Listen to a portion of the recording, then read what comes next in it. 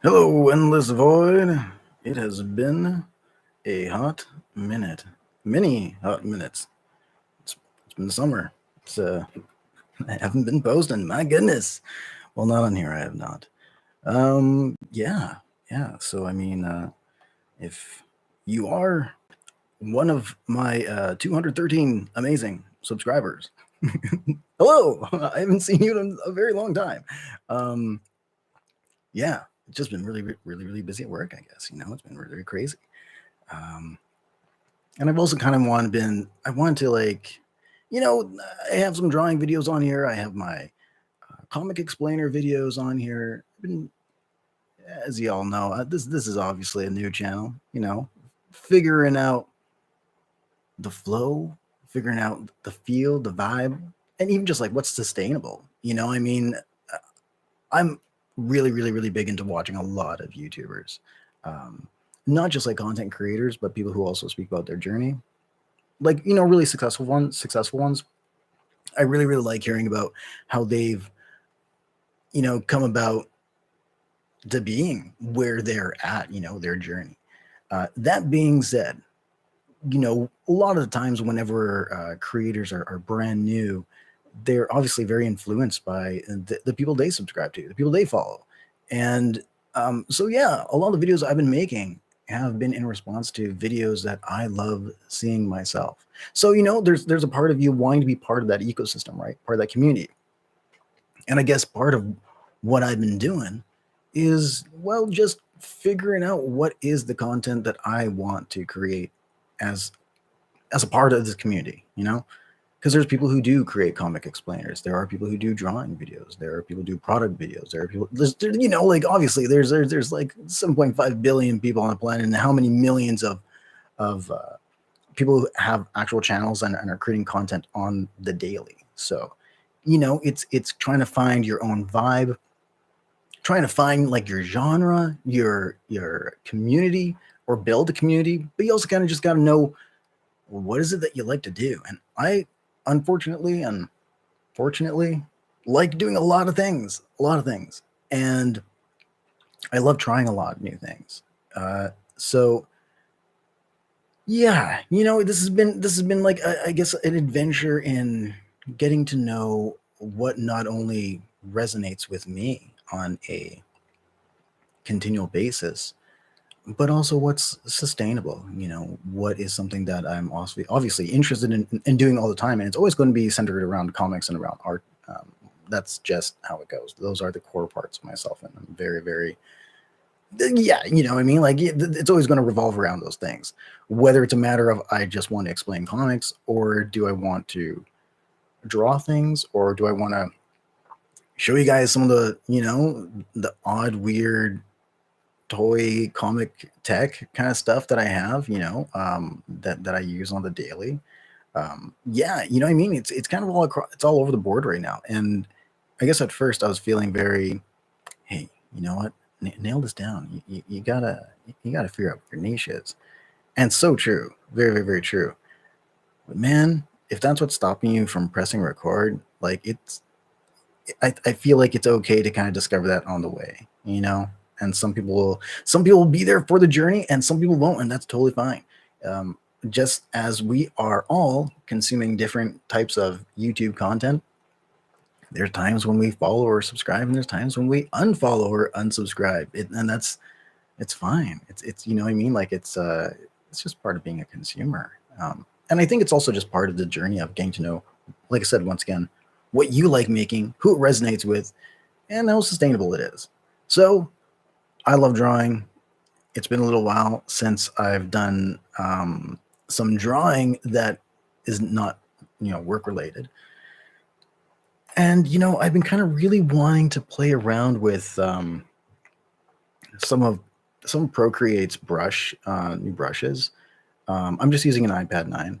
I'm a little limited in what the layers and such. But as far as I know, I think the only major limitation that I'm going to be experiencing with this is the 3D drawing thing. There's that, like, I don't know if anyone of you guys like using Procreate, but they do have a extra added on I don't know, benefit, I guess. You can draw in real time on some 3D objects. I believe it was like a can, a shoe. It was a couple different things. Um, yeah, so I got rid of that because well, that's just not something I really need. And yeah, it was completely slowing down my iPad. And now um, Procreate has come out with Procreate Dream. Yeah, like it looks like it's a pretty cool thing. I'm pretty excited to check it out when it comes out. I'll definitely need an upgrade, that's for sure. So Procreate Dream is a full out animation suite on the iPad. Now that doesn't sound revolutionary or new, like a lot of other apps have tried that, but knowing the depth of uh, of detail that Procreate does put into their programs and their user experience, that the fact that they've made kind of like an app into something that has become almost, I would say, for a lot of artists, myself for sure, an industry standard. Like I use this. I don't use Photoshop anymore. I don't use my computer for Photoshop and stuff. If I absolutely have to, I will. But like Procreate just fills so much of what you need to do artistically. And it seems like they're going to be doing that with animation. So, hey, maybe that will be a thing. Let's draw a little here. I actually did start a little earlier just because I'm a big old cheetah. I'm a big old cheetah over here. Uh, I decided to like just play around with some of the brushes. I usually like using, let's see here. The airbrush is usually my go-to. I love using the airbrush. Uh, did everything like reverse all of a sudden? I don't know if it did. I'm not. I think it did. Let me just see. I don't know if the. Let's double check. I'm not sure here. Oh, maybe I would do it on here. No. Okay. Well, I know some things go interesting over live, so maybe this is one of the things. It mirrors in live. Okay. Well, it is what it is. Okay. So, anyways, I like using the medium airbrush. It's obviously, I don't know if the text is going to be backwards for you. I have literally no idea. I have literally no idea, guys. I'm under 100 videos and they're like 2 to 3 bits. So, figuring it out. So medium airbrush, I usually use that just because it's not going to be as hard of a line as you'll get on usually on the hard airbrush, obviously. But if you go for the soft, and for myself, I just end up putting way too much pressure. Another thing you may be noticing, this might bother people who draw. I don't use the paper like feel um, screen protector. It's I did have it at one point, and I liked it. I thought it was great for the transition from paper, purely paper, over to digital. It was definitely great for that transition, but I don't know, like it started peeling and started just looking really bad, and I don't know, so I just kind of took it off, and I don't know, like I maybe I'm one of the few people who doesn't mind drawing on like a smooth surface. It doesn't bother me at all. Anyways, okay. So one thing I was playing around with earlier was I am one of the few people who do like starting with eyes. I don't know. Few people do a lot of artists like starting with eyes. I like to. It kind of just brings some pop, some life to it. So what I am wanting to do here is just kind of basically redrawing, exploring, experimenting with some of the brushes here, trying really hard not to make this absolutely adorable, unfortunately AI generated cat ugly. It's absolutely adorable. You know what? I just Googled AI cat. If this is somebody's drawing, wow, beautiful. It's amazing. And this cat that you have put, obviously, a lot of painstaking time and effort into making this adorable thing, I will absolutely thrash it and make it look like trash. So that is just, that, yeah, forewarning. I'm absolutely sorry. Uh, Google told me it was AI. I would not purposely do this if this was someone else's creation. AI feels, right now at least, it's fair. Feels like it's fair right now until it catches on.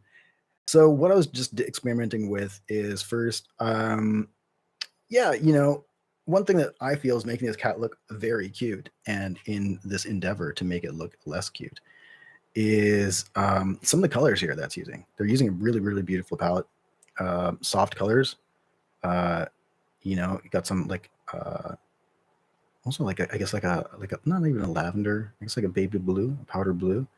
Um, but pastels, very, very gentle, very approachable colors. So what I want to do is I'm throwing in, greens, yellows, reds, things like that, things that are kind of like a little off-putting, things that actually completely go against the color grading, because it gives you that little, like, yeah, that little unnerving feeling, and that's what I'm kind of going for. So I started off with this eye. I was going to say with the right eye. It is my right. It looks like it may be your left. Okay, so the way I usually start is when I'm redrawing something is I do always start with the eyes. Just for me, if I can bring some kind of life to the eye area, if I can see some kind of something that I like right away in the eyes, it's for me it's a catalyst to keep going. It just keeps the fire going. It's like, okay, whoa, I can see where this is going. I want to keep striking while the fire's hot, the iron's hot. So I started with that. So I just added a blob of orange, and you can see that they have some kind of reflection. There's some shading here, and I'm going to be primarily going along with all of that, just basically enhancing it, right? And kind of like while drawing it, I mean, kind of taking out the digitized pixelated look. I did have to blow up this image, so it is kind of pixelated. So through the drawing process, it will kind of smooth out some of those lines too. So, and I went layer by layer. I put that as the core. I just threw it like an orange drop right onto the eye there. And then I started kind of smoothing out, if you can see right here. I had a tiny little highlighted circle in the middle there, right? Because we have the light coming in from over here, this area over here, right? So as you can see, it's hitting the eye over here. Now, usually that would be the end of what you'd see. When the light hits something, boom, see, there's a highlight, and then there's nothing really, there's no real blend, right? But here, because you're dealing with something it's translucent, it's an eyeball. So there actually is going to be the light kind of going through certain layers and hitting certain layers within the eye. And that's why they're able to, in this original drawing, here, let's take this back off here. They kind of did it. They kind of did. So this big one here, you can tell that it's going over. It's a very, very prominent white. You can't see through it. And it's on top of the black, the pupil, as well as the blue of the iris, right? You can see it's kind of covering it. You can almost even see they kind of gave it a shading of sorts, which is kind of strange. And this highlight right there as well is on the surface of the eye. So they didn't actually put any reflections in the eye. These maybe, possibly, they're very, very light, but there's a light blue glow where the light should stop, and it's actually light blue around here, and that is the light permeating throughout the eye and still coloring this area. So we're going to want to be doing things like that, but highlighting it as well. So like I said, throw in the orange dot, kind of gave it a center. I really just wanted to have the people I wanted to have a point of center. With most cute cats or cute animals, the baby doll effect, right? There's just that big black, I guess, adorable, massive pupil iris kind of thing going on, And then when you start making things like that, then it's far, it's not as cute, right? Okay. And then, so like I said, now we're adding in this. Now this is for the pupil. No, I guess that would be, this is now actually the iris. So just before you get to like the black part in the eye, I've noticed in a lot of eyes, you'll see like when you're looking at eyes, there's like the main color, and then you'll see like almost like it's like jagged, you know what I mean? Like you'll see like flecks of versions of that color going through, like lighter and darker shades. If someone's a brown eye, they'll have like maybe like golds and yellows and black and stuff like that, and it kind of like together looks like a a brown color. So like kind of striations, and so this is the final hue of the iris before you get into the pupil. And so I started just bringing out, now see there, you can see, I started bringing out those striations a little, just slightly, right? Because you don't want to put too much emphasis on it, because remember, like, the cat is first of all this big, right? Like super detailed, fine lines are going to actually really stand out. So too much is going to be too much. And also the light is only going to be highlighting so much as well, right? And now the final layer for me before going back into shading, so I go by colors. So I do the orange, and then there's like a light hue of like a yellow, and then like the extra yellow flecks. And the last layer I go for is the ending highlights. See, now, like, the way I add my highlights, I did follow sort of what they did, right? They have this there. And I think there's oh yeah, they did have some kind of blob there. I just really went ham with those. I went pretty hard on it. But see, so like I did a really hard white line there and there. And that is reflecting of like the light that's coming from this side. I'm going to probably want to take it out a bit, because it looks more like the light is actually coming almost basically from behind. And then this is like a highlight over here. You know what I mean? So that's why it's all blown out white, and then it's darker here. So that tells us the light was actually behind the subject. And there's like some kind of like, because it's darker over here. So that means there's, what I'm thinking is it's reflecting off of, so light is coming from behind and it's reflecting off of something over here, which is just highlighting this area. So actually, both my highlighting and theirs is kind of wrong, to be completely honest, because there is no light source coming from over here that should be making it like this. Let's fix that. Let's do that in real time. Let's do something about that. Okay. I always like to duplicate a layer and then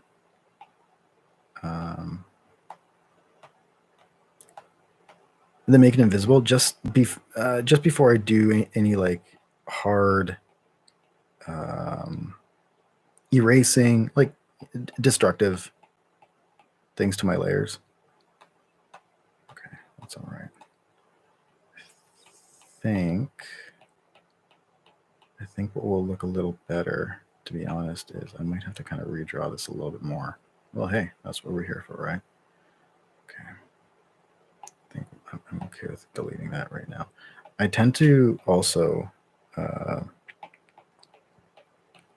like to get rid of layers, and I also like to combine my layers. That's not something, you probably shouldn't follow that as any kind of an example, to be to be honest.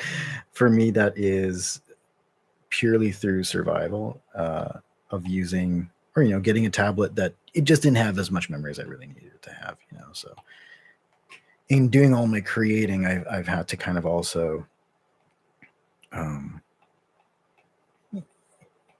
temper it with what the final product was, or I'd have to offload things, or do some stuff on my computer. And I really don't like drawing on my computer anymore, to be honest. Ever since I've started doing tablet drawing, I truly don't want to go back.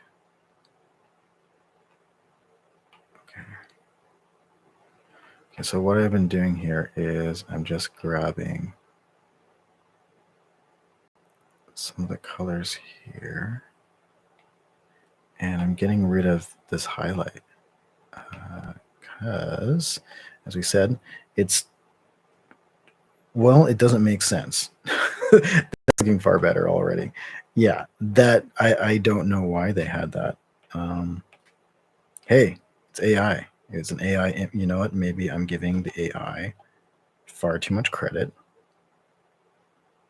It still generated a very adorable start off point. Okay, so what I'm doing here is, when you're doing any kind of highlighting on something that's like sort of transparent or translucent, like I said before, it's going to be going through, right? But the light is going to be hitting different things in that translucent thing.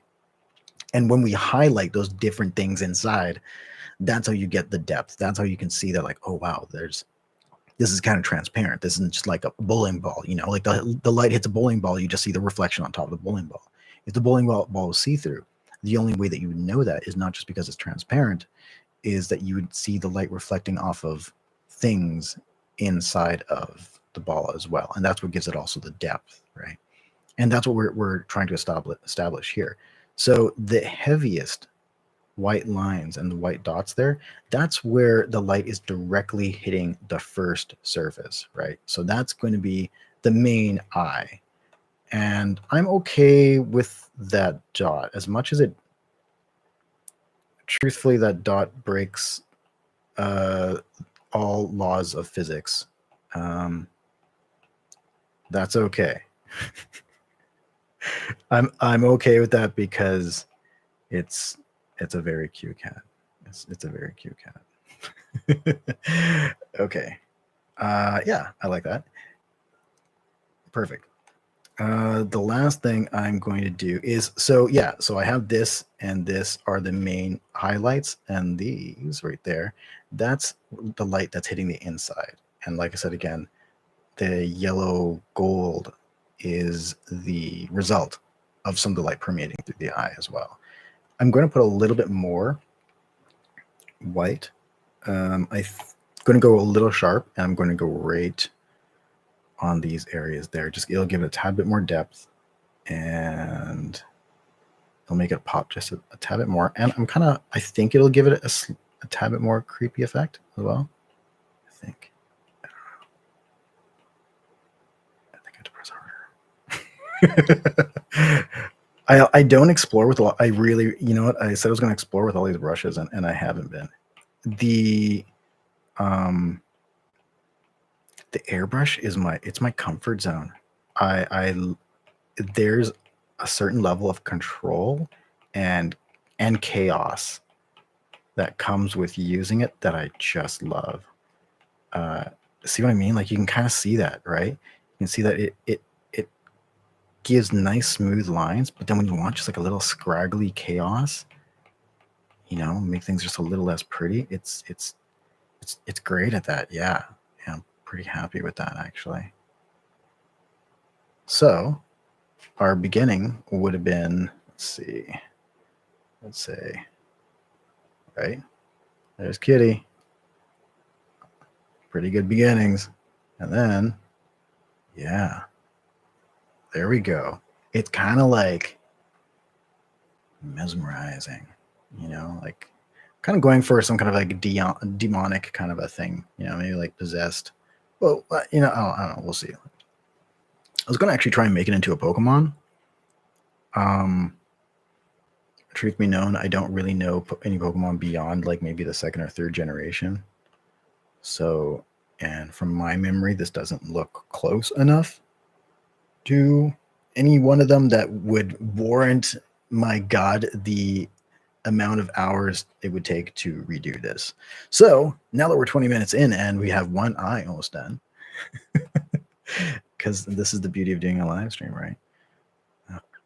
I don't know if I want to just, the simplistic thing would be to, I am going to do a destructive layer. There we go.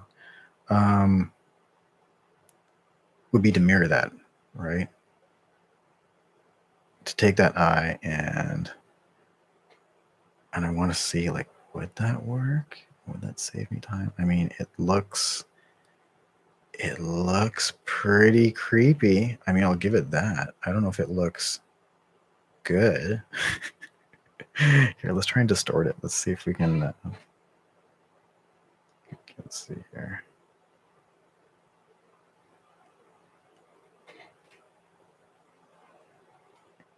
Okay. Oh my God. Hey, it's almost sort of kinda looking like not major trash. I think I'm gonna actually keep it. I think not as a final, but I mean, I can yeah, I can work with this as a beginning spot for sure. You know, just erase a little, clean up the lines a little.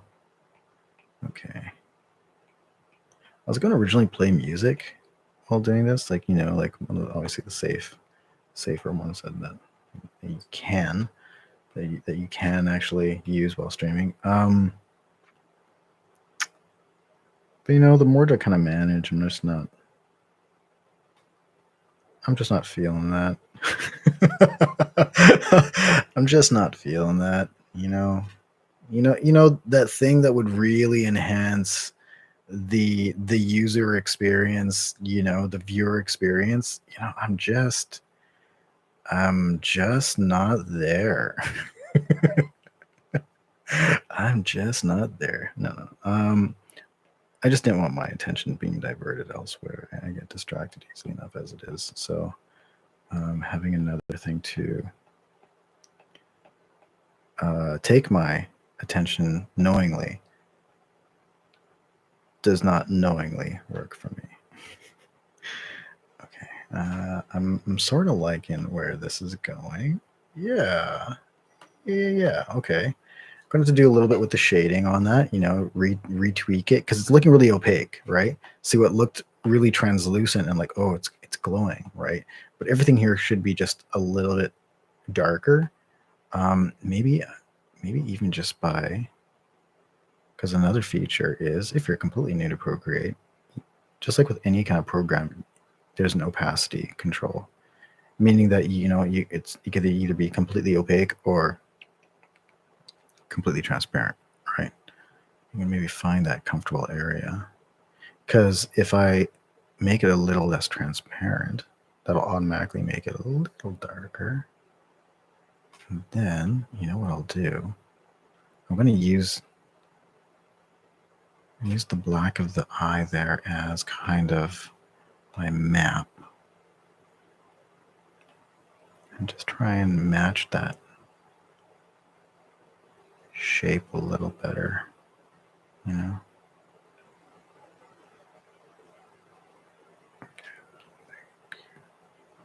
I can get more yellow over here. Yeah.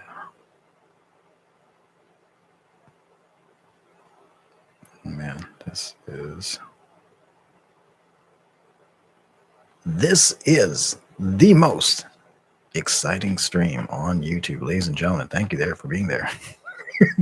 Thank you for joining me. Hey, what do you know? That actually turned out not so bad. That looks all right. That kitty looks all right so far. So far, that kitty looks all right. All right, all right, all right.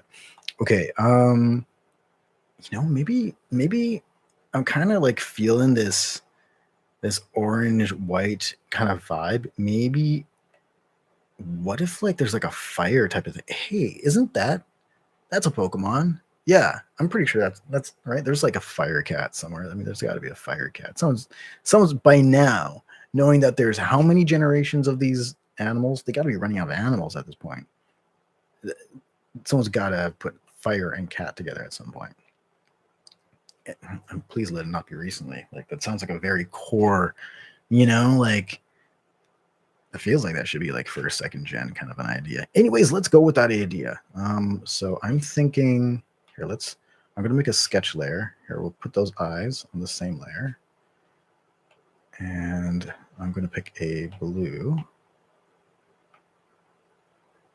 And I'll show you guys just kind of like just quickly kind of what I'm thinking, kind of just where my mind is at.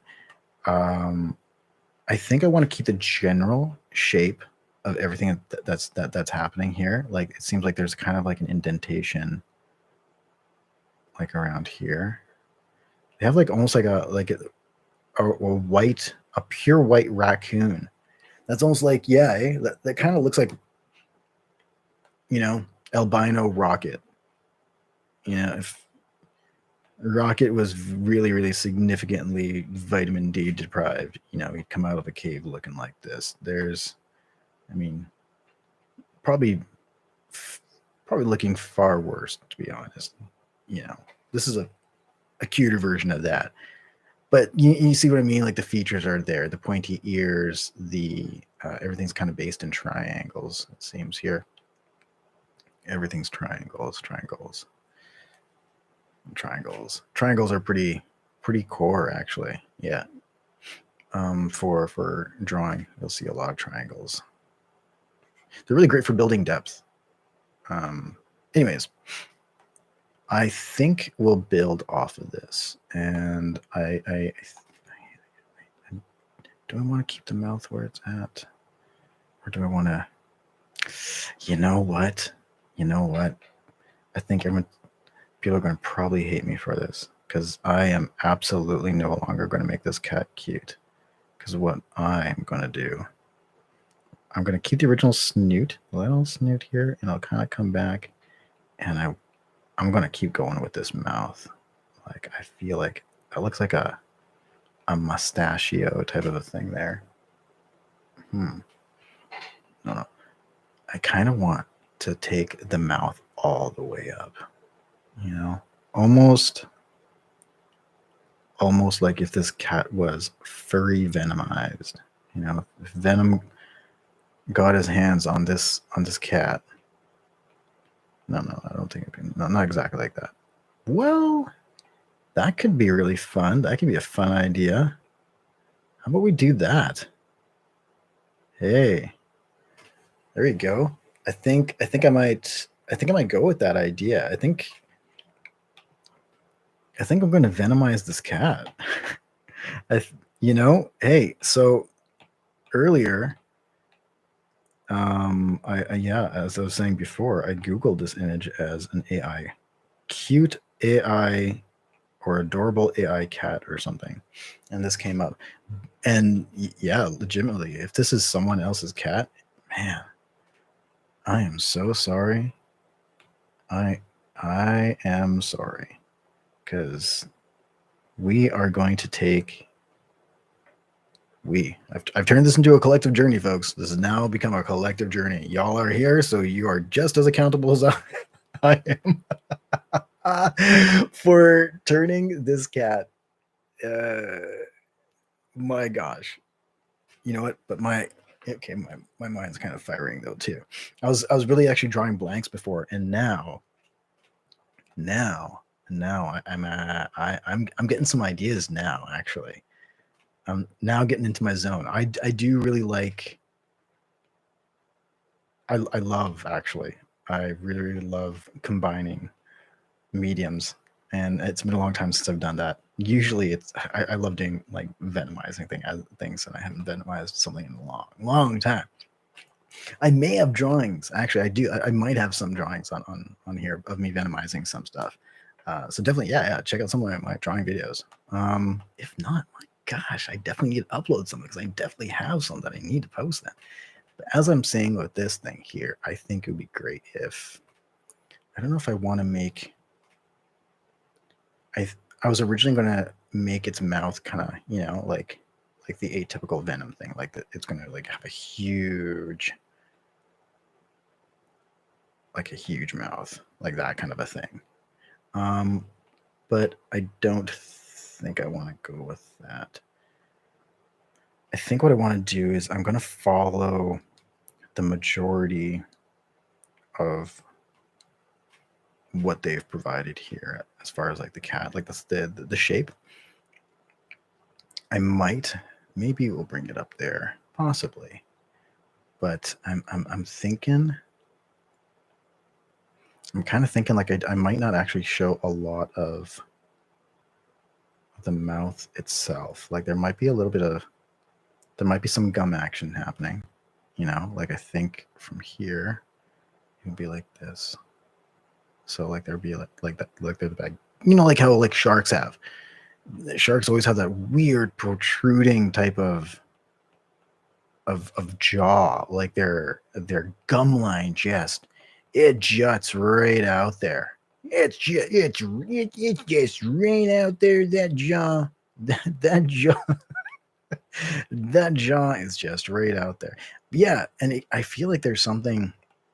That was quite the whistle. I feel like there is something uniquely about that that makes sharks even more creepy. The way that their jaw kind of protrudes for for their teeth to pop out. Like it's almost, yeah, I don't know. It is definitely creepy. This is not the final thing. This is kind of like we're doing some rough stuff. We're doing some rough stuff right now, as in like just rough drawing. I have a bit of a cold. Sorry if I sniffle a little. I'm trying not to do that into the mic, but also trying to be close to the mic so you guys can hear me, because I don't know what I'm hoping that the gain's actually picking me up. Do you see what I'm saying here? Okay, so like I'm just saying this is the gum line, right? Right, and then to give that depth, just say like we'll go back to that crazy blue. Where's that blue? Blue.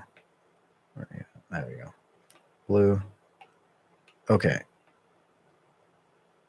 And to give that sense of depth, that layering effect, right? Because if it's really easy to make, as you can see here, this could just be a lip line. Like that could be like a clown face makeup. You know what I mean? It looks like it could be plastered on there. You have to start doing things to give it that sense of depth. They did that with the eyes, where you see that there's a bit more dark there, and how it's light and then dark. So that's how you know it's kind of curved. It's going in. So as it's going in, it's going away from the light. So it's getting darker as it goes into these more protected areas, right? So we have to make those protected areas. I don't know, but this is one here. So this would be the original lip line. Let's get a bigger brush, right? So, and it would go into there with some shading. I probably should be just doing this with black at this point. Like it looks like I'm kind of sticking with this as it is. I'm not. This is still just a rough, just to give you guys an idea of what's in my head, what I'm seeing in my head. On this side, there's going to be far more dark, like far more shading, right? Because the light is furthest away from here. It's furthest away actually right around the lip line. And then right at this very tip, but they're doing this interesting trick with the highlighting. So maybe we'll continue with that, and I'll put that on the teeth as well, I think. Because we want the teeth, you don't want the teeth to look like they're behind the gums, right? I mean, teeth come out. They come out of the gums, right? So we have to play a little bit with the depth with that as well. And it gives some things like that and that, where the light is absolutely not hitting, right? That there, underneath there for sure. Yeah, up there. Okay. Shoot. I'm putting way more work into this this initial sketch. That's fine. Okay.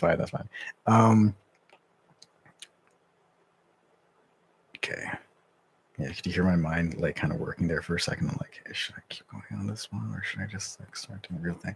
No, I'm still gonna like just finish off just the basic idea of like where I kind of want to go with it, just so you guys get an idea. Let's do another layer. Now this is the teeth, right? So for them to look like they're coming out of the gums and not just underneath the gums, they have to be obviously overlapping it, right? So if we're putting a tooth here, see, I'm not going underneath that blue. Now these are just going to be looking like this for now. But see, I'm putting it on top of everything.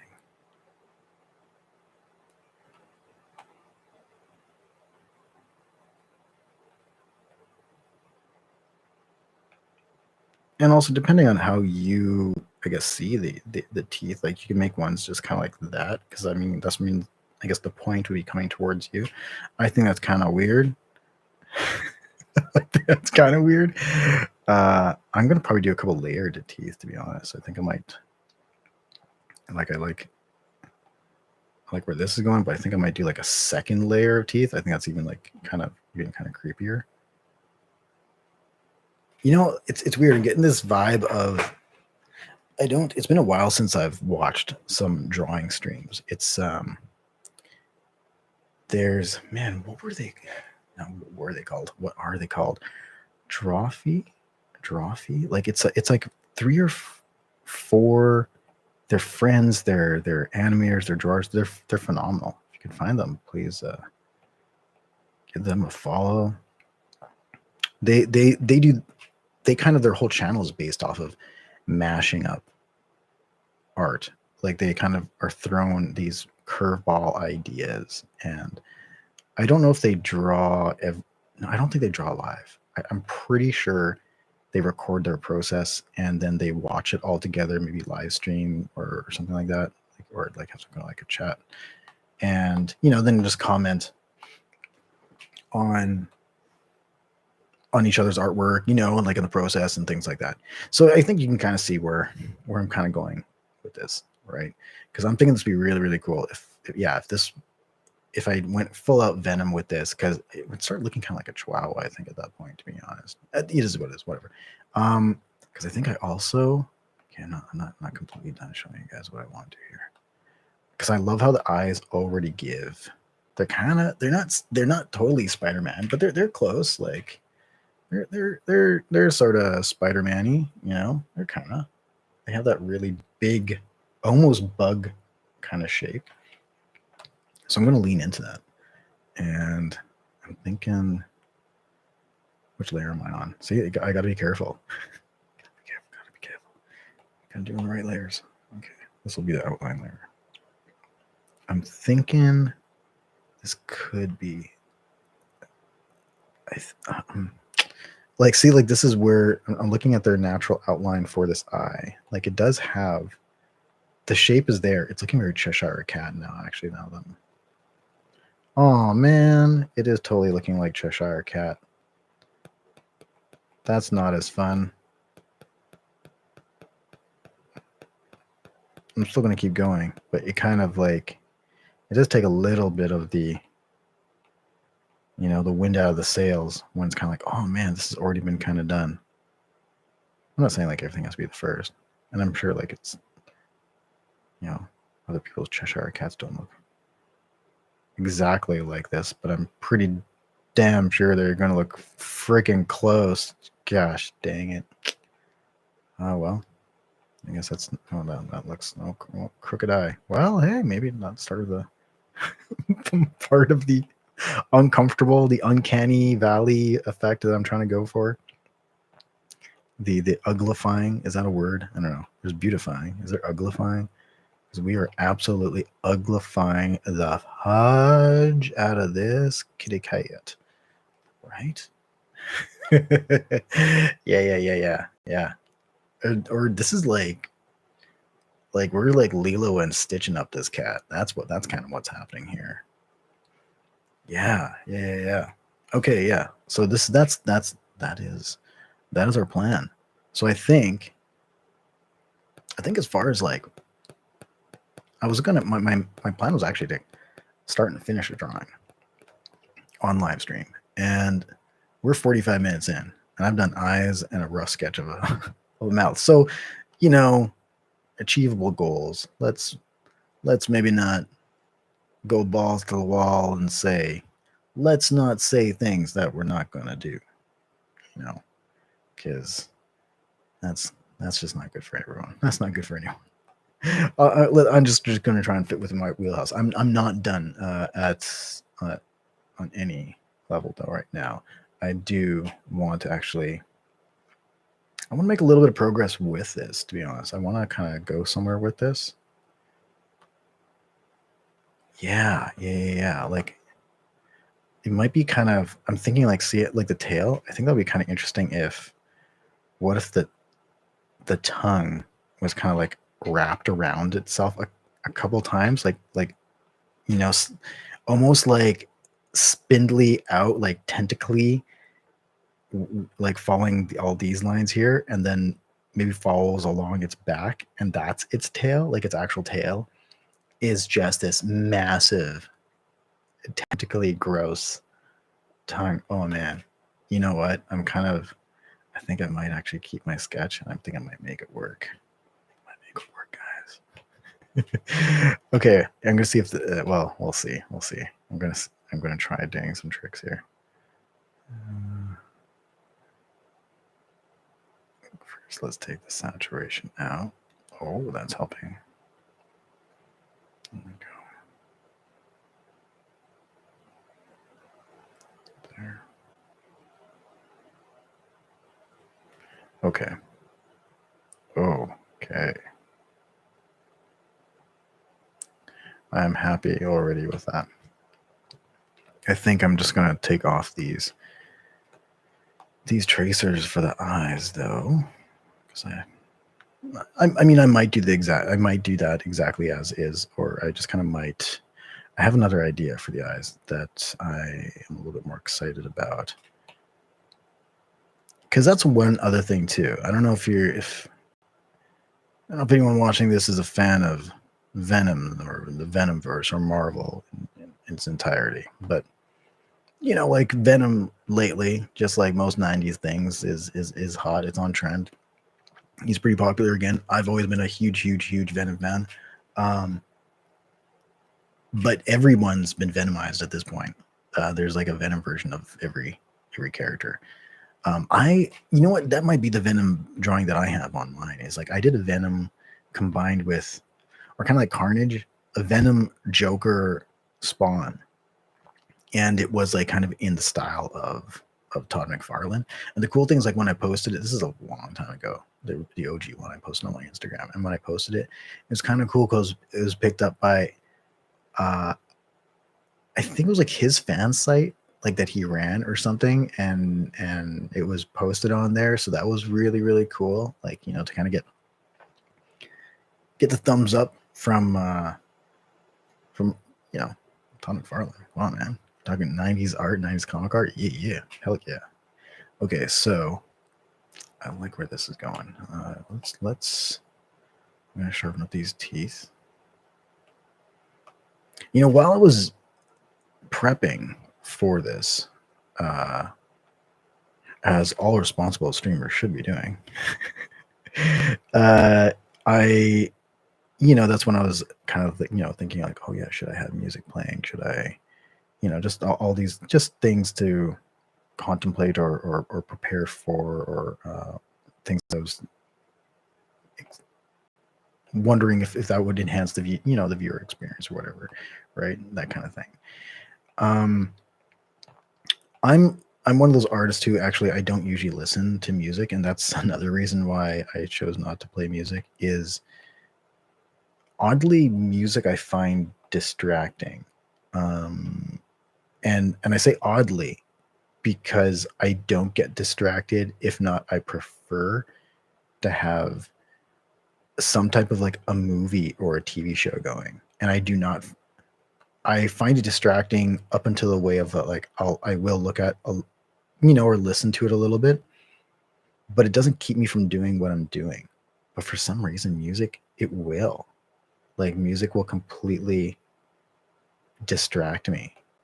Yeah, okay, I like that. I think what I'm also going to do, another thing that I've learned in my travels of experimenting with drawing and doing comic book art and replicating so many different comic art styles, is really learning that great artists, they make you think that you're seeing something when you're not. And what I mean is, like, especially color, like really good artists, they and I even knew that, and I still kept falling for it, kept on falling for it. What I mean is, say like this smile here, right? The teeth, they're all white, right? That's great, but it's really flat. It's very one-dimensional. That's why even in the original drawing, they do have white, even though they are acknowledging that the light is behind the subject. They are putting the white behind, right? And they still gave it little dots on the eyes to give that depth. With teeth, even with really white, shiny, pearly, usually like like when they're going, especially like Actually, it's either way. It's like I was going to say, like with those predator sharp teeth, but yeah, it's like predator sharp teeth. But even people have like really nice glistening smiles. It looks like their teeth are all white, and they're not. They're using a bunch of different, not just derivatives of white, but usually a lot of off whites and beige and brown, and just that the complex use of that color palette gives you the idea of that these are beautiful, bright, shiny teeth. One really good example of that is anyone who's ever tried to create gold, and like not as in the uh, alchemist kind of like way. If you're doing that, uh, welcome to the year 2000. uh no, like if you're drawing gold, it's not just, well, that's the complexity of it, right? Like it's not it's reflective, right? First and foremost, it's reflective, and so a lot of its color comes from whatever is reflecting off of it. And I don't mean the light, I mean whatever's around it that's affecting the reflection. So then the color seems that color. So when you're drawing something that's gold, you're going to be using, just like this eye here, you're going to be using like browns, yellows, bright oranges, whites. Uh, you might actually, yeah, even like army green, like a military, like a puke green kind of a thing going on, like that. Those for sure too. It's really, really interesting. Like one thing that helped me understand, because I don't have like that professional drawing background that many animators and artists have had. I don't know. No, I don't know what accent I'm emulating. Something that my idea of what refined is an educated. So if you're insulted, I'm sorry, but that's me saying that you're educated, and like that's my imitation of someone sounding really, really intelligent and not like me. Uh, so yeah, I don't have a lot of those super core fundamentals, or I wasn't taught those core fundamentals, especially when it comes to digital art. When you're talking about color theory, um, yeah, like, and so one thing I've used to get past, I'm going to say get past that, to learn about that is I explore with color wheels a lot. So what I mean is, like, if you ever experiment with photos, and when you hit the edit photo, and then it gives you saturation and hue, the hue is something I like to play with. Sometimes, like in a lot of apps like this one here, I think they do like, yeah, see, like they do that, but they also do, here, let's make a double of the mouth, and I'll show you what I'm talking about. So if I go here, now I'm just affecting this layer here that has the gum line, right? But if we go to the hue, you can just change the actual color isolated just to that area. So what I mean was, when I play with hue, when I play with the hue, when I play with hue, Hugh and I, we go all the way back. We go so back. He's me and Hugh. Okay, so when I say, like, I like to play around with the hue is so pictures like this, it is just experimenting. So this looks like, in general, this is a warm-ish light. It doesn't look like it's a cold light or a cool light, because there is a slight yellowy, goldy color to the white out there that I don't believe is part of the fur color. So when you're experimenting with using the hue, for me at least, it's a great place to start learning about what type of colored light exists in that room, and how can I just easily change that. And this is one of the easiest ways, is by experimenting with the hue.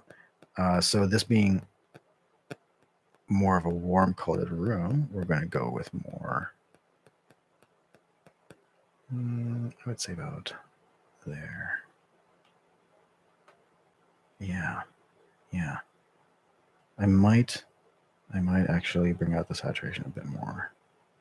Let's make it a tad bit more punchy. Yes.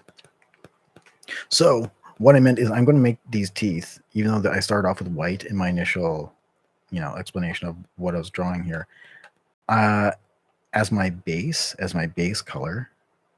I'm going to change them to, where am I at here? This one. I'm going to change them to probably beige, maybe brown even. And what I mean base color is, I'm hoping I'm using a lot of terms correct. I've never really explained my drawing before. I build. When I think of drawing, I like to layer, so I like to build on my drawings, and I always start with a base color. And to me, usually, excluding the shading, the base color for me is usually the darkest color, and then I work my way brighter. I add brighter layers on top of what's happening. So what I mean is, with these teeth already white, I want to make my base color darker. So I'm going to isolate them. They're already isolated. Perfect. Great. And let's go to this one here. And I don't know how much hue I can add to them because they're white. So there's not much of a hue that you can do to. Oh, but it's letting me. It's definitely letting me. Okay, I'm going to go to this side here. I think a bit of a brownie kind of a look there. I think that looks kind of nice. Well, when I say nice, I mean there. Let's bring the saturation a bit. There we go. Make it just a bit darker. Yeah, it's gross. Perfect. And also, so the reason why, or at least for myself, the reason why I believe in doing this type of a layering effect is this is what, for me, achieves depth. If you go in hard with just using the one color, or if you use, say, if I just used really soft, like it was like a white tooth and just use black as shading, yeah, it would still sort of give off that effect, but it would look unrealistic. It would look like gleaming white teeth. So it would look very, I guess, you know what? It would look great for something that exists in this thing's world. Very pure. Everything is very kind of solid colors. There's no plaque or decay. Yeah, like, so for reality's sake, you want some more vibrant, some warm colors in the teeth specifically. I mean, obviously, peel back the more attractive you want the teeth, peel that back a bit. Yeah, okay. So now another thing we're going to be doing, or one thing I'm going to be doing, is I like to use the alpha lock a lot as well. It's something I'm pretty new to using. When I say new, as in new, it's not really something I explored earlier on when I started first getting involved in digital drawing, and I really don't know why I didn't. What the alpha lock helps you do is you get to isolate a specific layer, and sure, you're already doing that when you've chosen a layer and then you're drawing. But with the alpha lock, you affect only that thing. So what I mean is, here, let's take our experimental smile here. Do I have one still? No, I don't. Let's do this one. Okay. Okay, so this smile, this gum line, this extra gum line there, right? Now, I've highlighted that layer. Have I? Which one have I highlighted? Yeah, great. Let's put it up here so we know. Let's make sure we know what we're actually drawing on. So now if I use any type of paintbrush on this layer, I have the purple selected, right?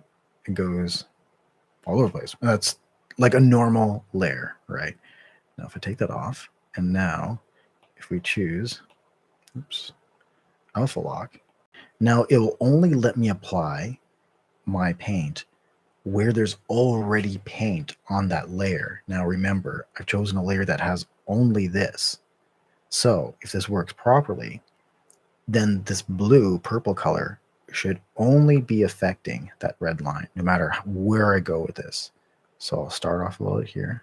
See, it's making it nice and blue. But if I go off, see, I'm going all the way. But see, it's only affecting that. It's like it's not going off, right? It's not going into this other area. It's just affecting the red line. So that makes using the alpha lock is, man, it does make drawing a lot easier. I will say, like it helps you with, like I said, like just isolating things. Oops, let me do that. It helps you isolate.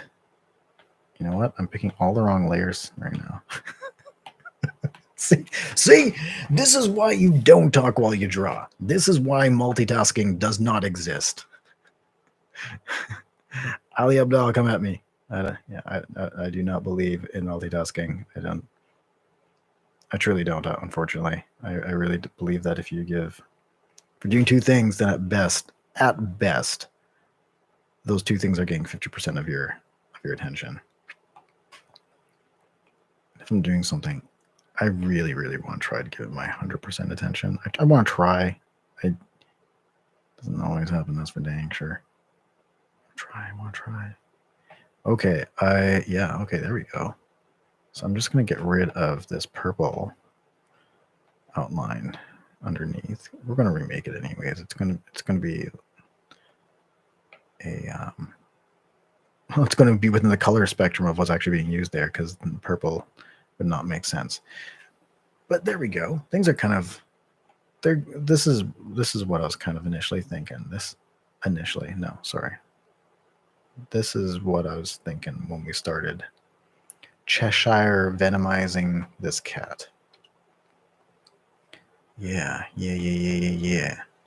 Okay, let's duplicate the teeth. On these, we will make a little brighter.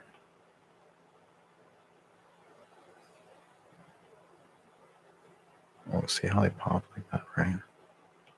But now what I want to do is to give them some depth is I'm going to erase this layer where there's no light, right? So I'm thinking if I leave this area here still highlighted, like these tips in a row, it'll basically make it look like the teeth are kind of popping rather than going flat or receding, right? Because the light is still basically coming from this side. So if you make the teeth darker from here and continue darker, that means they're never really seeing the light, right? That means they're curving this way. But if you put some light, just actually, even if you look at my fingers, I don't know how the light's kind of like hitting it, right? How this light here, if you made it totally flat, I mean, you can't really see it like that, right? Like totally flat, then you just see that one color. But then you go like this, see, now you can see that there's like brown and yellow. That gives you the detail, right? Where the light's hitting and where the light's avoiding. So we want to kind of achieve that on the teeth, and we have to do that on this side, on the underside, the tip, and a little bit here, because this lip here, we're going to enhance that, but the lip is going to be blocking some of this light. So I want it to be blocking some of the light on there. And that's where the alpha lock comes into super, super handy when you're just trying to apply paint to a specific color, like to a specific layer. You just don't want to go all over the place. I'm going to take away a lot of this purple now that I'm kind of like, either that or maybe I should just turn it totally black at this point. I'm thinking like I'm at the point where I've kind of merged most of my draft art into the workable model. So that's not usually what I do. So what I'm going to do first is I'm going to erase some of the bright white on this side. Seeing that, I get that automatically tells you, right, that this side of the teeth, they're not seeing the light. They are not seeing any of that light. We have to make sure that we stay true to where the light source is. Everything has to kind of still come back to this side over here, right?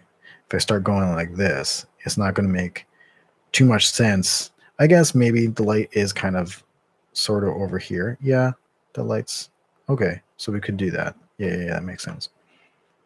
What I was just saying is that, like, you know, you just want to make sure that wherever you're adding shading or wherever you're taking out light, that's where it makes sense to take it out.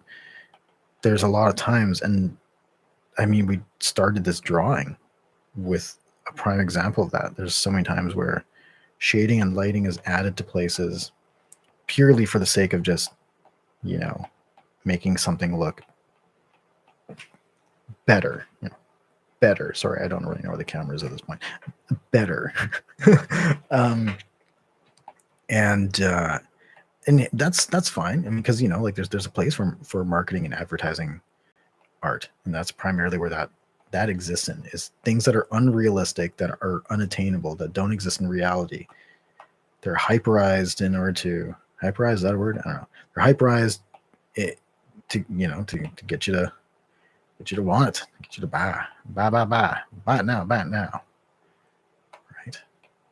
Okay, so now as we're getting closer to the light source, I'm not going to be adding the same type of, right? Because I'm not going to be taking out the tips anymore because the light's actually hitting this area. So now slowly, the shading is more now coming over to my left-hand side of the teeth. It might be your right-hand side. I still haven't figured that out. We'll find out after the stream. Maybe I'll watch it. I don't know. Maybe I'll edit this. Maybe I'll cut this up into amazingly edited works of art that will absolutely not get, you know, trolled on, and people won't say horrible things. Oh, internet. Oh, internet. How we never love you, but we just need you. Okay. So now I'm applying a bit of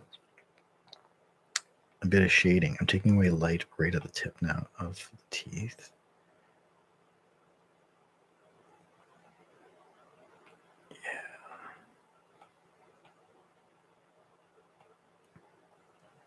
Yeah. And there. Okay. There we go. I'm whispering a lot. This is not meant to be an ASMR thing. Absolutely not. I have nothing against ASMR, and I think that I subscribe to a couple, and I like that. I think that there's a certain level of confidence in not how you sound specifically, but I guess that you got to be making sure that people are liking that sound experience. Oh shoot! Okay, there we go. I started doing it myself. I started looking at this just aesthetically. I'm like, oh, it looked nice. My hand just started erasing where I should not be erasing. Okay. There we go. Actually, you know what? I'm going to be putting more light onto. Yeah. There we go. If anything, I'm going to build a little bit more white onto these. You know, maybe on a future stream, as we continue to work on this, maybe we'll put music on. I don't know. I usually like watching. I like learning stuff, like odd stuff. So I usually like seeing what's going on, like internet news, or I don't know. Like, I can't believe I'm saying, but I got, oh man, I get sucked into the drama. Like some of the YouTuber drama and streaming drama. Like I find some of it interesting. I find it interesting. And it's weird because I don't like reality TV, And I think it's because the fabrication of reality TV, whereas like drama with YouTubers and Twitch streamers, like it's like unfortunately a bit more real. It's more real in all the absolutely horrible ways, and man, is it fascinating, and it's amazing. It's so amazing. um it's just interesting, like uh, it's interesting that we're in this media creation. Anyone, I mean, this is an example of it. Anyone can just turn on their phone and be part, or um, try go after the dream of, or want to be part of a bigger community, of a bigger discussion. And before, it took having to get through networks and things like that, whereas now you have the ability to put your ideas and your passions, your feelings out into the ethos. And if not find a community, then sometimes even like be lucky enough to create one. Yeah, it's fascinating. Like, and so we're kind of experiencing that right now, like with YouTube. Like, we are lucky enough to be part of the generations that are allowed to not just project their consciousness and their thoughts and all that, and into the ether, but they're also going to be part of the first rung of people who are kind of like digitally immortalized. Is that weird? It's kind of weird, right? Like, I don't know. That must have been a discussion like a long time ago, when TV and movies first started really being made. Is like the first idea of like when the first run, or first like generation of like film actors started to pass. And it's like, whoa, but we can still see them in these movies. Like, they still live on in this thing. There's a certain level of like, I don't know, continuity with having some kind of visual presence. That's kind of nice. I gotta say. Anyhow, drawing. Oh man. Okay. Let's delete that layer. This one, I think I'm going to commit. I'm committing, guys. I'm pulling the trigger. We're gonna take out all the saturation. Oh my goodness gracious, that just looks not good.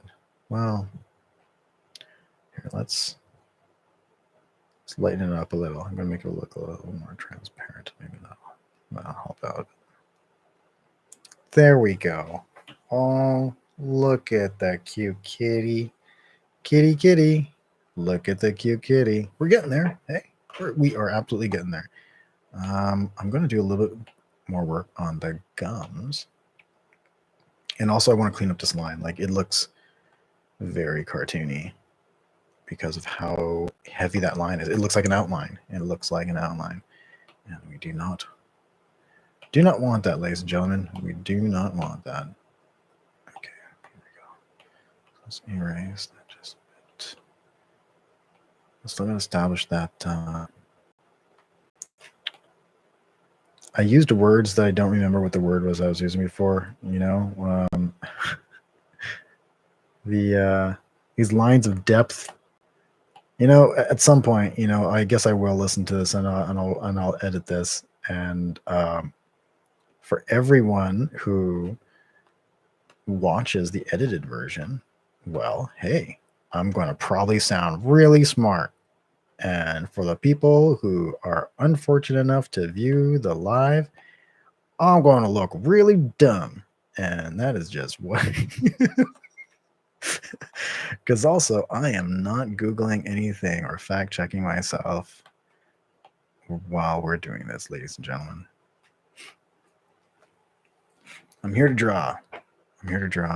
And I will, for anything I say incorrect, I'm definitely going to try and catch that and put that into the, correct that for the recorded, the edited stuffs. Maybe is that the appeal of a live? You get to see people make mistakes.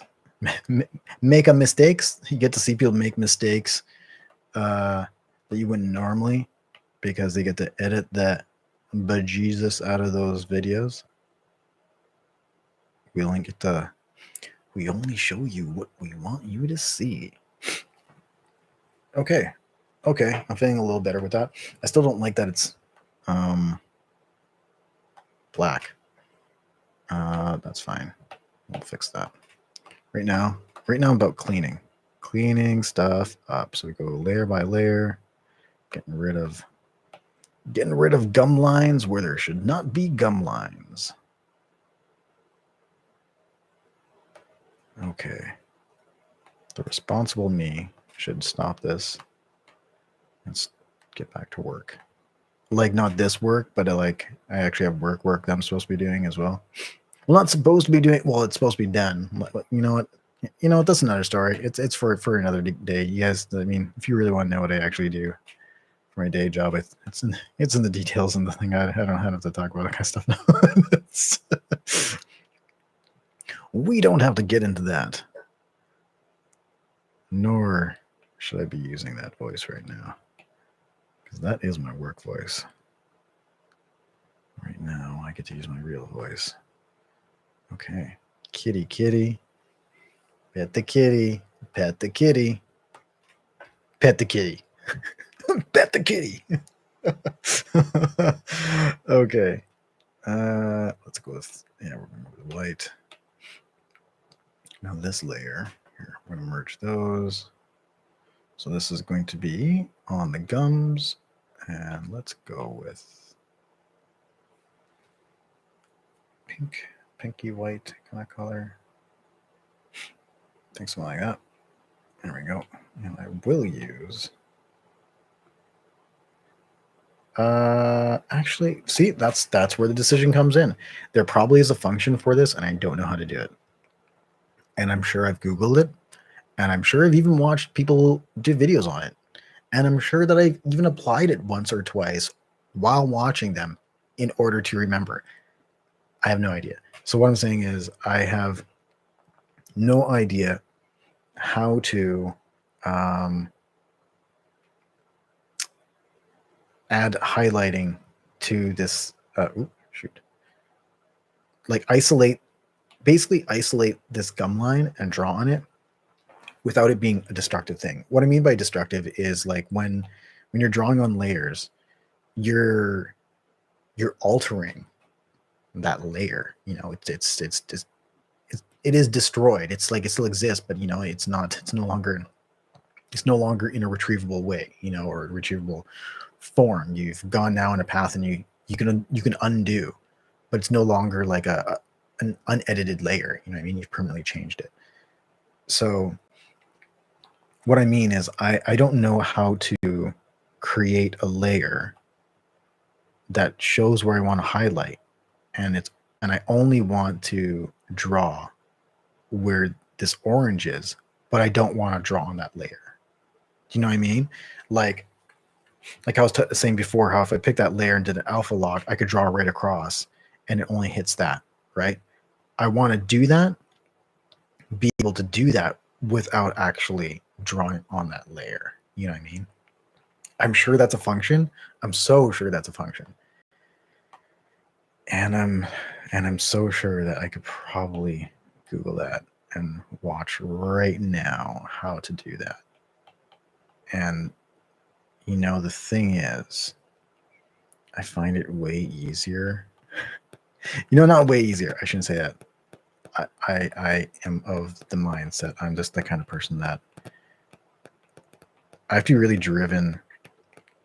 Something has to really stump me, and I have to really want to know how to do it that way in order for me to like, okay, I better Google this. I better yada yada. I usually like to kind of figure out my own way. I kind of like to kind of just fudge my own way there, or figure out my own way of doing it.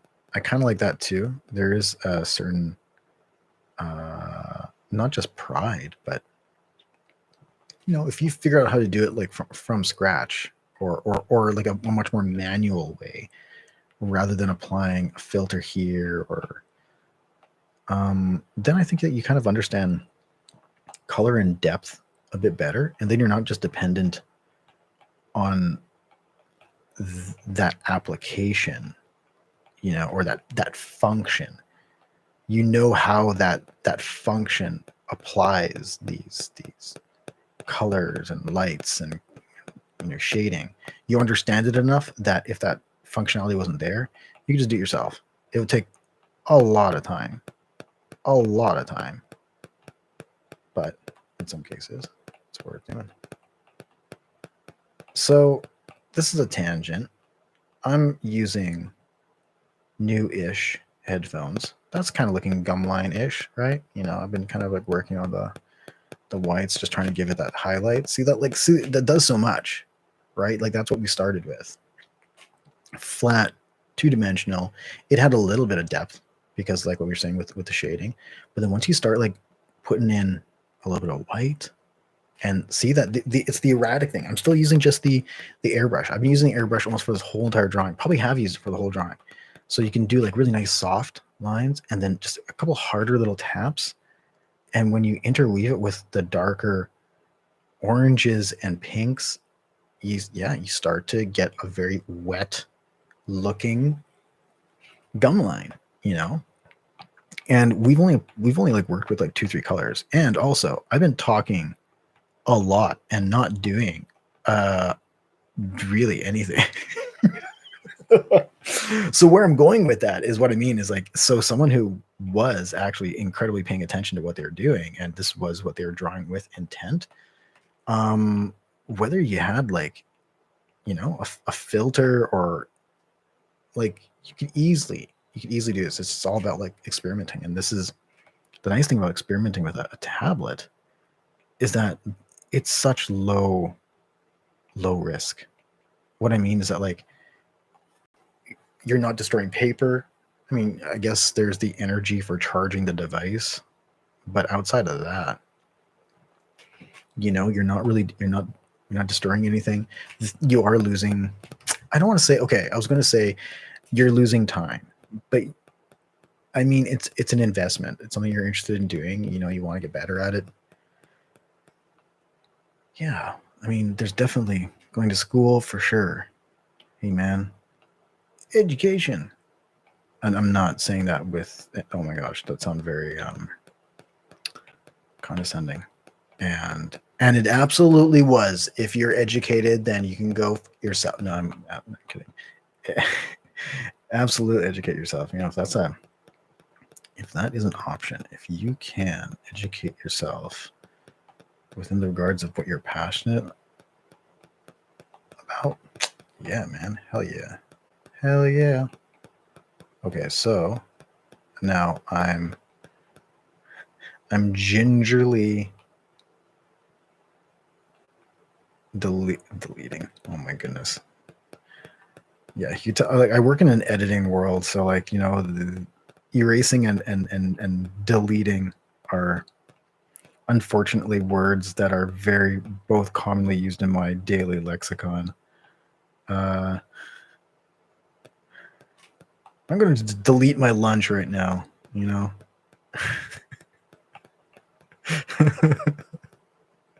Sorry, you're going to throw the trash? I don't know.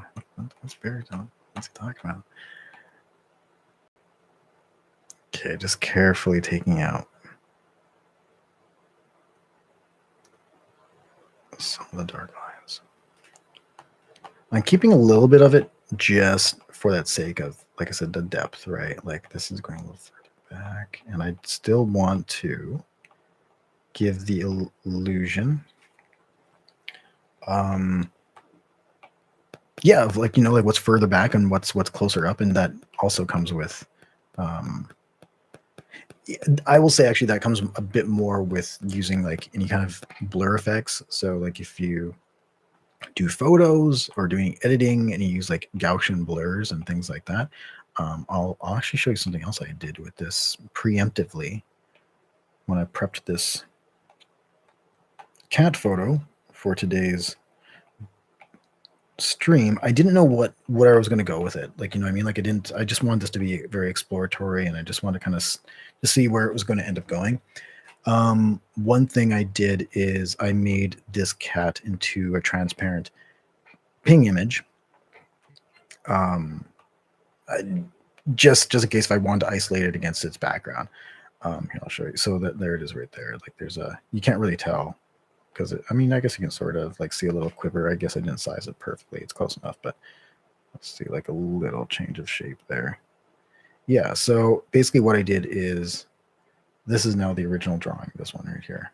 This is the, or one image. The cat is part of the background in this image. Whereas in this one, if I delete or if I make that transparent, oh God, there. So there is, I turned the cat into a ping. I don't know, into a transparent ping image. I find this really beneficial for specifically for these type of drawings. There's a really quick way of doing this, and I've fallen in love with doing that. And now that's the only way I will make images make transparencies. Now, first, the way I do it, actually, I just do it on my iPhone. So I don't know how far back as far as like which iOS update, but there was at some point where they introduced a function where if you get a picture or a photo or an image and you press and hold, you can separate the foreimage from the background.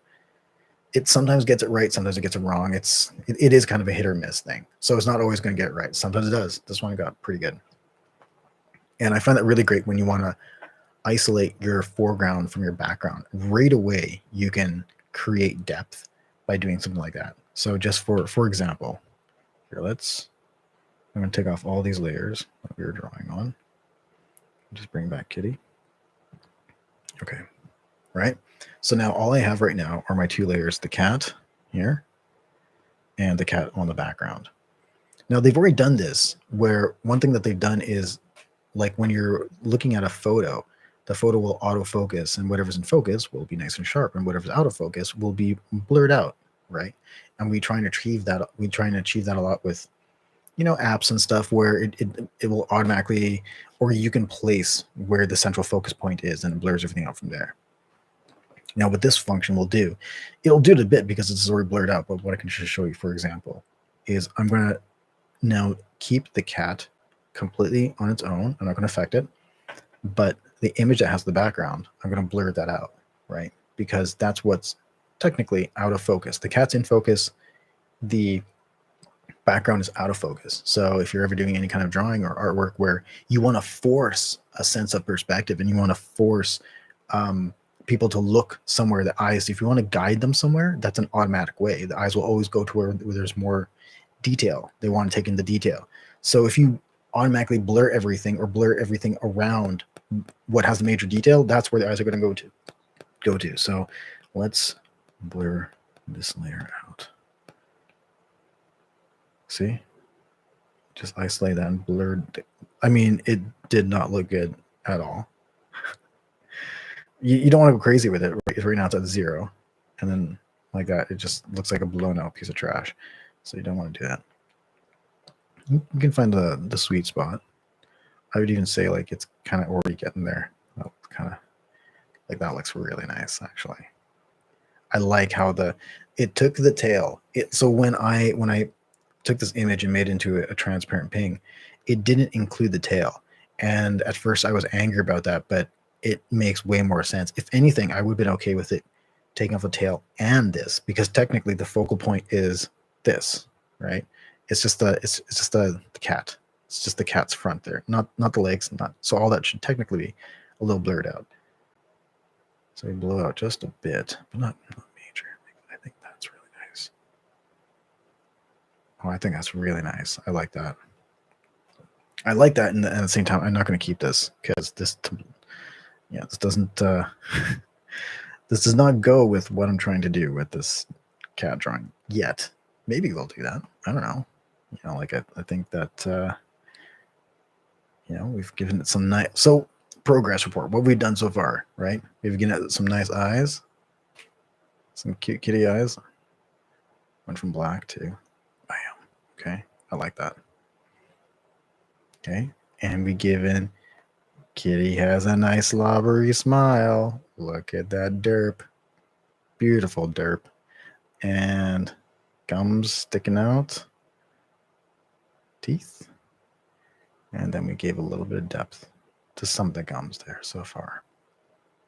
You know what I'll do is I think I'm going to finish off this gum line and see what we're feeling. Check back in, but I don't. I think for I think that, you know, like let's set that as a goal for today's stream. I think just whoop, that was a little too heavy-handed there.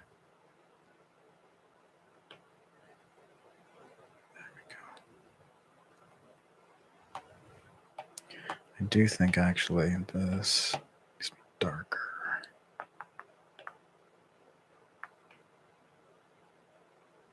There we go. There's a tooth over here. Can't just be hanging out of nowhere. Everything has to connect, right? Make it make sense. Make it make sense. You know, I think that's been my goal actually when it comes to like when I do fusion art with like cartoons and comics. It's not so much that I concentrate on the fusion aspect. I really try and make it just make sense. I try my best to just make the work look like it makes sense. If it existed in this reality, how would the light hit? You know, how would it actually look? Now, even though I did say like I'm going to take out the black where there's not going to be any shading, I'm going to replace this with a different color. Because also, it, you know, just as we're seeing in the eyes here, where it gets darker, it's not necessarily black. It's a darker blue or darker teal or whatever color YouTube is telling you that is. I'm going to replace, though, most of this black with probably like tones of purple and burgundy, purple. Like those are actually a lot of the color tones I use for blood. But I find specifically for teeth and smiles, or teeth and specifically creepy, you know, monster type of things that have a creep factor. You know, if you just don't want it to look cute or attractive, you know, go with cooler red tones. If that makes sense. Go with the pinks. Go with pinks, light pinks, like these, like peach, kind of peachy pink color. They're not nice, soft, more pastel-y. But once you're getting into creatures or things that people should fear, well, it's not fear, but you know what I mean, like sharp teeth, carnivores. That's when you should use warmer tones of red, and I would even say like experimenting with yellows and greens with the reds gives it a really, really creepy look. I don't know what it is, and I've only seen some artists use that, at least in a way that I really picked up on. You'll usually see that a lot with artists who have drawn the Predator series. And it's not just I mean, maybe, oh shoot. It's not just because it's a, like the Predators have like not a human skin tones. They also, well, you know, their blood is green. So like their flesh wounds tend to have like this, what we would kind of associate as like, almost like decaying, you know, meat kind of a look. That's what their like healthy look almost looks like, you know, like the gashes and the wounds. And, you know, I imagine there's some kind of scientific explanation for what types of, they you know, they probably aren't like, I guess they're carbon based, but maybe they don't use like oxygen. Maybe they're nitrogen based. So then their blood isn't red. It's a different color. I don't know. Maybe it's copper based because it's green. But anyways, where I'm going with that is that like by adding colors that we don't innately correlate to human physiology, like the reds, the pinks, and things like that, when you start using greens and yellows, not only are you going to this really foreign kind of like bug, like insect, other animal, that, you know, unfamiliar animal type of tissue look, you're also getting to like that, yeah, is this decaying, is off, you know what I mean? Like, so it automatically adds that kind of just gross, a bit of a gross factor, and even like a bit of a gore aspect to it as well. Like, as in, what has this thing been feasting on, you know? Oops. That is no bueno. Okay. That. Hey, man. Hey. Hey. Hey. Hey, kitty. Hey, kitty. Hey, kitty. This kitty is looking pretty ready to... I don't know. It's 10 o'clock here, guys. My imagination is purely devoted to drawing this. My wordology. My wordology is out. Okay, here we go. I think it has whiskers coming out this way, so I think I'm just going to do like that. What's that? Yeah. That's a bit. Oh yeah, I was gonna say, I think I said earlier that these are brand new headphones. They're not highly recommended. I had an adventure with them. Maybe I will talk about that on a future stream. An adventure in receiving them initially and with use. They usually work really well. They work well for like a lot of normal things, I guess, like listening to regular media and stuff. That they've been great. But anytime I need to listen to myself, it might be just plugging into my microphone possibly, but I get, man, it's the second one. I get such a bad buzzing. A bad buzzing in the left-hand side. And I already talked to customer service, but you know. I'm not saying anything bad about customer service. My gosh, that's been half my life. That has been half my life. Waiting on phones with customer service has been half my life. No. I've been working customer service I've worked in customer service a lot. I get it. I get the grind. And what a grind it is, folks. Here we go. Okay, so I think I'm going to add the white, the highlights.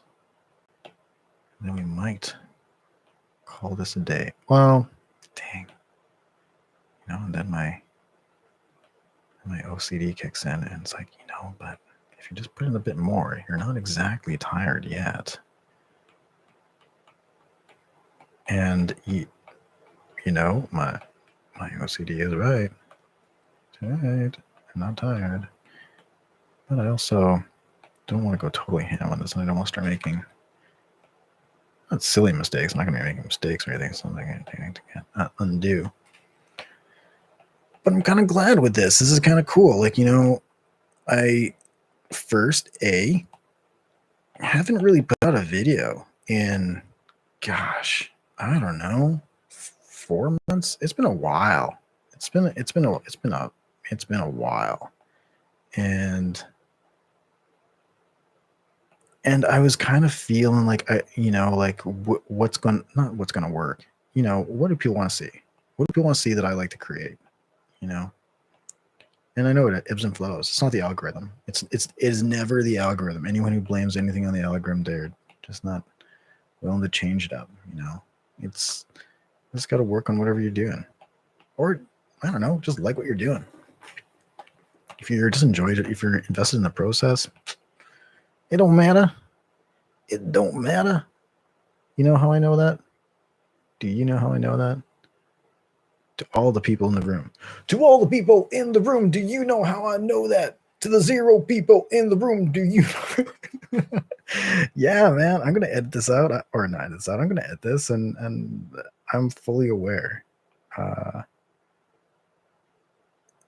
Yeah, like I actually haven't had a single person come in on my stream, and that is totally okay. That is 100% okay. It's for whoever can, whoever's interested, whoever can, whoever this will, be shared to. That's another thing. I think until you hit like a couple thousand or 1,000 subscribers, YouTube throttles your exposure. So what I mean is, I have about 213 fabulous subscribers. So anytime I do a stream, they will know, and then 50 other people, randomly 50 other people. It will go on to their discover page. 50 out of the millions. That's just how it is. That's just how it is, and that's okay. That's just how they make sure that the people who are doing it, who are streaming, are people who genuinely want to be doing it. Okay, I'm liking this. I am not done. I am going to actually add just a tad more. Shoot, I'm going to add some shading. I just need to. And we'll do it on this layer. We're going to do it on the black layer. Okay. So this is the color that's kind of more wanting to use for my shading. And with it being brown, it complement. Well, I'm gonna say complement, but it doesn't contrast so heavily against the red and the pink.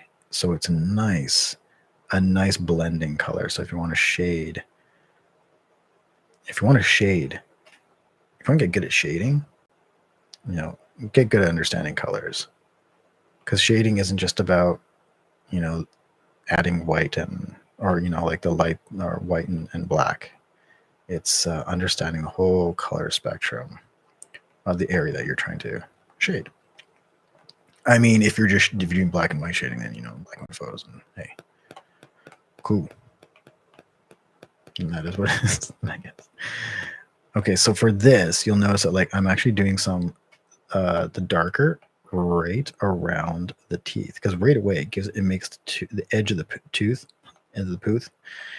tooth pop a little, and that is where the light would not be, right? Because that would be an indentation, just like this. Just like where it's like a socket, right? So the light's not really going to go there. So you want to enhance that a little. And I would say you can start angling it a little too, because remember the light is coming from this side, right? So this color is going to be on this side of the white. It's going to be the opposite, right? Everything works in balance, opposites, whenever you're dealing with shading. Right, the shade is on the opposite side of where the light is. Okay. What would a drawing ASMR video be? I have no idea what that would be. I'm only asking you because I find myself whispering a lot when I'm drawing, and I don't know why. I'm not liking some of this. There, that's better. Maybe be like the scratching or the tapping of the utensil, maybe, I suppose. Okay, so here we can add some. There we go. Now it's getting interesting. Now this looks like it belongs. Well, I was going to say it looks like it belongs. No, not at all. This does not belong on this animal nor any other animal. I mean, as in, it's starting to blend. That's starting to look like part of the drawing, and that's the point of this, right? At least for me, I don't know. What's the definition of redrawing? I think that's my definition of redrawing. I like to redraw something that already exists, and I like to try and make it look different, very different. Different in the way of a different concept or a different thing that exists in that world, but I don't like to change the world that drawing exists in. Does that make sense? So I guess I want to, wherever this drawing goes, or if we're going to Venomize it, Cheshire Cat it, whatever we end up doing with this drawing, it will be the end result whatever it may end up being, is going to be something that belongs in the world, visibly in the world that this thing came from. You know what I mean? It works with the same lighting mechanics of that universe. So like this, it completely breaks the laws of physics, and light can come from anywhere, basically. I will absolutely try not to let that happen. I'm trying to be a little bit more true to what I think it should be. There we go. See, by having a little bit of highlight there, you can tell that the lip is kind of like stopping. Now, the only way for me to absolutely finish that detail, so then you really know that shadow is being caused by the lip, is this is not going to be a permanent line. I'm not going to do this now because we're nowhere near there. But let's get, I would say, a bright white. And oh, that one. And wherever that shadow or that light is, the shadow is, sorry, I want to be putting a highlight, right? Because that's what's blocking. That's what's creating this dark line there, right? It's going to be pretty sharp. It's going to be a little sharp because it has to be catching. Like literally, that's where the light is ending. The light is not going past that. So that would be catching the most of it. So I think there would probably be a sharper line in there. Maybe a couple of wrinklies, you know, as we develop the lip line. But it would be something sort of like that. I mean, I'm not really happy with. Let me get rid of this. There we go. Like that. Kind of like that. I don't know if you can see that. Yeah, see? There we go. Oh my gosh. I am happy with this. This seems like I intended this on being a one-stop shop. That I just started drawing and finishing it, but it looks like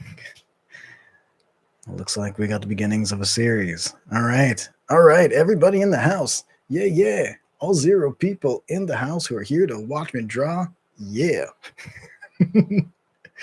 Anyhow, this has been great. It's been really, really fun. It's been good to just kind of just doodle in it and explore.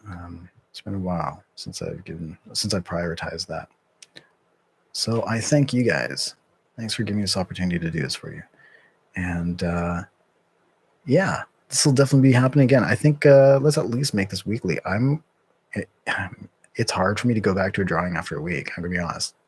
As in, I mean, I'm gonna probably have to stream sooner than later because I'm liking where this is going.